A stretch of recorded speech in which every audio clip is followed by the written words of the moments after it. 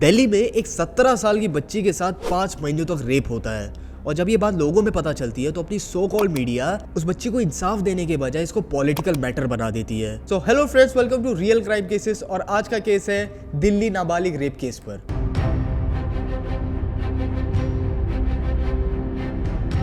बात है दिल्ली की 2023। एक 17 साल की बच्ची जो 12th स्टैंडर्ड में पढ़ती थी, वो काफ़ी ज़्यादा इंट्रोवर्ट थी, ना उसका किसी के साथ कनेक्शन था, ना उसके कोई दोस्त थे। सडनली उसको पैनिक अटैक आ जाता है, यानी एंजाइटी अटैक। और जब उसको हॉस्पिटल में शिफ्ट किया जाता है तो डॉक्टर्स भी थोड़े हैरान हो जाते हैं। तो दोस्तों, मैं आपको एक छोटा सा बैकग्राउंड बताता हूँ कि जब कभी भी अपने इंडिया में अंडर 18 कोई केस होता है तो हमारी जो गवर्नमेंट और हमारी जो पुलिस अथॉरिटीज़ हैं उसका नेम रिवील नहीं करती। तो हम गवर्नमेंट की और लॉस की रिस्पेक्ट करते हैं, इसके लिए मैं भी आपको उस लड़की का नाम नहीं बताऊंगा। जब उस लड़की को पैनिक अटैक आता है तो डॉक्टर्स भी थोड़े ज़्यादा शॉक्ड हो जाते हैं, क्योंकि ये जो कोई एज होती है ना, ये कोई पैनिक अटैक या फिर डिप्रेशन वाली नहीं होती है। सो डॉक्टर उस लड़की से थोड़ी पूछने की कोशिश करते हैं कि तुम्हें क्या पढ़ाई का प्रेशर है या तुम्हारी फैमिली तुम्हारे ऊपर दबाव डाल रही है किसी चीज़ का। अगर कुछ ऐसा है तो हमें बता दो, हम कोई एक्शन ले सकते हैं। बट लड़की का कोई रिस्पॉन्स नहीं था। इवन वो तो डॉक्टर से बात भी नहीं कर रही थी। कई दिनों तक उसका इलाज चलता है।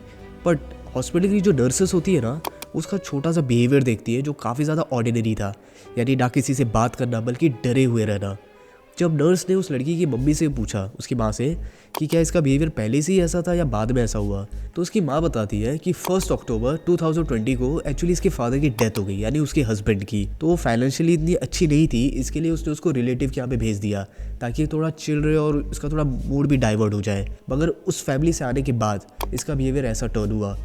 तो यहाँ पे ना नर्स को थोड़ा सा डाउट होता है कि ये कुछ तो गड़बड़ है। तो वो बार बार उस लड़की से पूछने की कोशिश करती है, 17 साल वाली लड़की से, कि एक्चुअली क्या हुआ था तुम्हारे साथ, ऐसा कुछ है तो मुझे अपनी दोस्त समझो और बताओ। उसके बाद जो 17 साल की लड़की ने जो बताना चालू किया ना, वो वाकई में काफ़ी ज़्यादा हार्ट ब्रेकिंग और डिस्टर्बिंग और एग्रेसिवनेस है। तो लड़की ने डरते हुए नर्स को बताया कि 1 अक्टूबर 2020 को जब उसके फादर की डेथ हो गई थी तब मैं बहुत ही ज़्यादा डिप्रेस थी। ऑब्वियस सी बात है, मैं काफ़ी ज़्यादा परेशान रहा करती थी। तब मेरे मामा मेरे घर पे आए और उस मामा का नाम था प्रमोदया खाका, जो कि बाय प्रोफेशन एक सीनियर ऑफिसर थे। तो जब ये बात उनके बाबा को बताई गई कि ऐसा ऐसा हो चुका है, तब बाबा ने कहा ओके कि एक काम करते हैं, इसको मेरे साथ रहने दो, क्योंकि ऑब्वियसली मेरी भी 2 बच्चियाँ, एक बेटा और एक बेटी है, और ये उनके साथ रहेगी तो इसका मूड भी डाइवर्ट हो जाएगा और उसको अच्छा भी लगेगा। तो उसकी मम्मी ने उसको नवंबर के महीने में भेज दिया। वो अपने मामा के साथ रहना चालू कर देती है। इवन वो अपने भाई बहनों के साथ भी खेलती है। सब कुछ अच्छे से चल रहा था। बट भले उसका मामा बाय प्रोफेशन वो एक पुलिस ऑफिसर था, लेकिन वो एक नंबर का हवस से भरा हुआ आदमी था। दोस्तों, मुझे बताते हुए काफ़ी ज़्यादा अनकंफर्टेबल हो रहा है। उसने अपनी भांजी का रेप करना चालू किया, वो भी एक बार नहीं। अगर हम रिपोर्ट्स की माने तो 5 महीनों तक उसने लगातार उसका रेप किया। नवंबर से लेकर जनवरी तक वो बार बार रेप करता था। और आपको पता है सबसे ज़्यादा दुख की बात क्या है? जब वो 17 साल की लड़की अपनी मामी से कंप्लेंट करने की हिम्मत की और उसने अपनी मामी से बताया कि मामा मेरे साथ फिजिकली हो रहे, अब्यूज़ कर रहे मुझे। उसकी मामी जो थी ना, सीमा रानी, पता है उसने क्या किया? मामी ने अपनी भांजी को प्रेगनेंसी पिल्स दिए।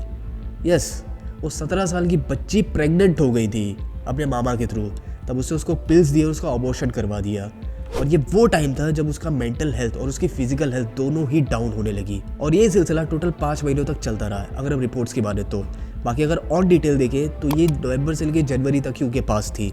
जनवरी 21 को इस बच्ची की माँ दोबारा इससे मिलने के लिए आती है और वो देखती है कि उसकी बच्ची कैसी है। फिर वो नोटिस करना चालू कर देती है कि उसकी बच्ची वाकई में काफ़ी ज़्यादा ब्रेकडाउन हो चुकी है।